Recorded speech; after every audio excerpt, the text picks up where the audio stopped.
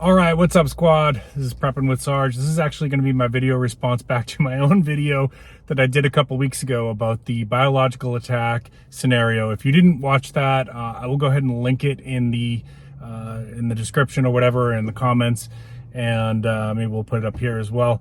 But let me summarize it real quick, so you really don't even need to go back and read that. Basically, it was a scenario where I was trying to get people to think and look at, like, what would you do in this situation? And the situation was that there's an announcement of a biological attack in your area, and you're away from home. If you work, then you can imagine that you're at your workplace. If you're not somebody who's currently working because you're retired or whatever, then you can be like out at a store or whatever in your mind.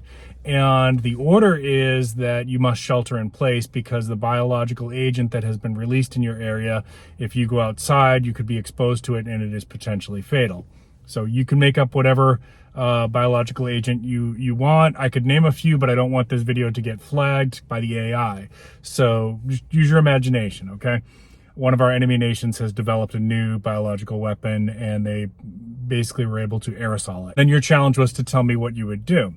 Now, I appreciate all the answers. Some of you put those in responses below. If anybody did a video response and I didn't see it, just let me know in the comments down below so I can go check out your response.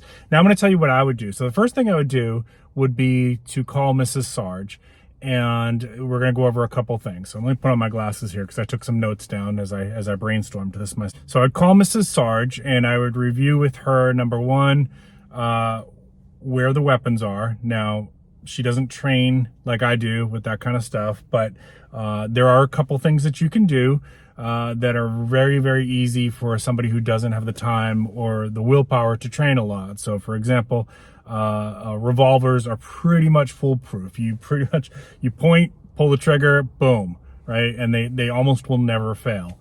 So we've got some things set up for that kind of stuff for people who aren't experienced with firearms. So I'd let her know where the weapons are and how to get to them. She knows this, but in a panic, I don't want her to, go through panic mind and freeze and not know what to do. So that's part of why we would go through some of this stuff. Same thing with our emergency flashlights. Again, she has some, but we have a whole stockpile of them that are already charged up, ready to go. So again, I'm just going to go through that with her, and then I'm going to tell her first thing to do is start sheltering in place. Now she knows what that is because she used to work in an environment where they had to practice and drill this. So sheltering in place, if you're doing it properly, what you're actually supposed to do is not only stay within where you are, but if it's something like a biological agent or something like that, or a chemical spill, you're supposed to seal off where you are as much as possible with heavy plastic and duct tape. Okay, so we would go over that, where she can find all the supplies for that in case she, again, is freezing or something like that. And I would let her know I have to stay where I'm at. As soon as it's safe, I will get home. Then I would ask her to make contact with the people in our neighborhood that we have a good relationship with, that have our back and we have their back, just to let them know she's home and she's sheltering in place, okay? So then let her know where our NBC kits are, our gas masks, in case she had to exit the area, in case she had to leave the area.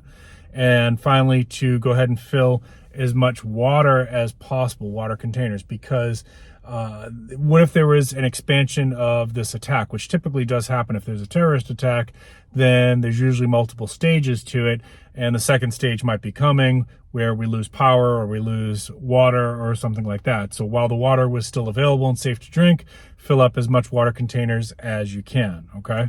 All right, then once I know that I've got Mrs. Sarge taken care of and she can start hitting the phone chain to let our family know, we're okay, this is what's going on for us, we're sheltering in place, blah, blah, blah, blah, blah. Our next attempt at contact will be in, 2 hours or whatever. Then I would start talking to my coworkers and coming up with a plan for, if anybody's leaving, I'm not going to try to stop them, but I'm going to obey the shelter-in-place order myself. So I might try to talk them out of it, but I'm certainly not going to physically stop anybody from leaving.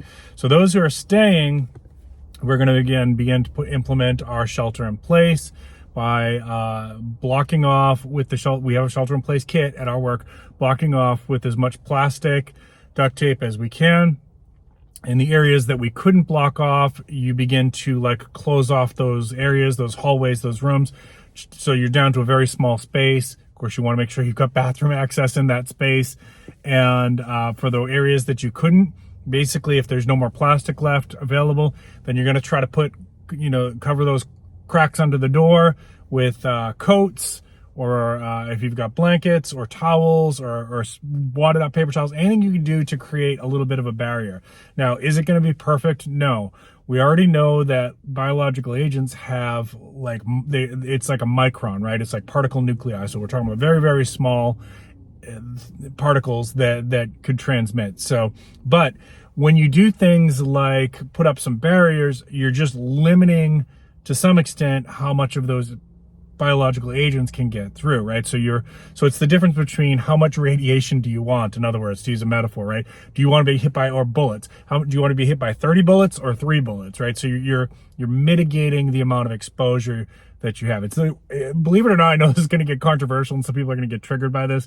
Masks are the same thing, right? So if I'm in a room with somebody who has the flu virus, there's a chance you might not get the flu virus. It depends on a lot of factors, including your immune system, things like that. If that person sneezes in your face, your chances go up significantly, right? But even then, you still might not get it. If you wear a mask and they're wearing a mask, you're limiting, even though, yes, it can still travel through that barrier, there's much less that are getting into the air, and so your chances of not picking up the flu in those circumstances go up. Same idea here. But then once we've done our shelters in place kit, we're gonna fill as many water bottles as we can. We're gonna inventory what flashlights we have available, again, in case there's a secondary attack. Say we have to be in here for 24 hours, 48 hours, right? Like, we don't know what's happening yet. We're waiting for more information. We're gonna get to that part in just a second. We're gonna inventory our food, right? And try to move all the food into a location where, people are gonna be gathered, because we might not be able to seal off the entire area. So we're going to inventory our food, and I can tell you that anybody who works in an office space, everybody's got their own hidden snack stash. So if they don't want to share, that's fine. I'm not going to go through anybody's stuff, but this is an emergency. The best thing you can do at this point is probably pool your resources so that you can ration your food, right?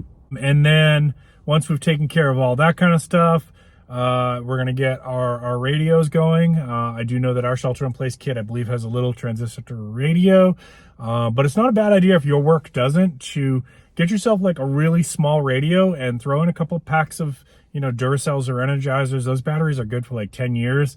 Throw those up in your, in your desk or whatever, or if you've got a locker where you're at. And though, at least one of you has a radio, so you can continue to get news updates about what's going on in the area if the power goes out, okay? And then, being that I work with a lot of therapists and mental health workers, I think we're going to be in better shape than most people here, but we're going to check on morale. How's everybody doing? Is anybody in panic mode? Does anybody need to kind of get a little bit of help with managing that, right? Because we've talked about this many, many times on my channel, that when the poop hits the fan, we can all talk tough, but you don't know how you're going to react until you've been in that. Now, some of you who are first responders, or you've served in combat situations overseas or whatever, then you do have an idea because you've had training, but the average person has not. So you do need to know how to deal with this, because you're going to need people in your group to be functional. And if people are freezing or trying to go into flight mode when you need them to be in fight mode. And fight in this case might just mean taking action. It doesn't necessarily mean physically fighting. It means taking action. We need to be able to get those people on board. So that's where you need to have somebody in your group that is mental health first aid trained, so they can be the person that kind of gets those other people that are frozen out of that headspace. Okay. That's pretty much would be my plan. And then just wait for further information. Unless I had the right NBC kit with me, which chances are if I'm at work, I don't, I'm probably gonna wait until I get the all clear.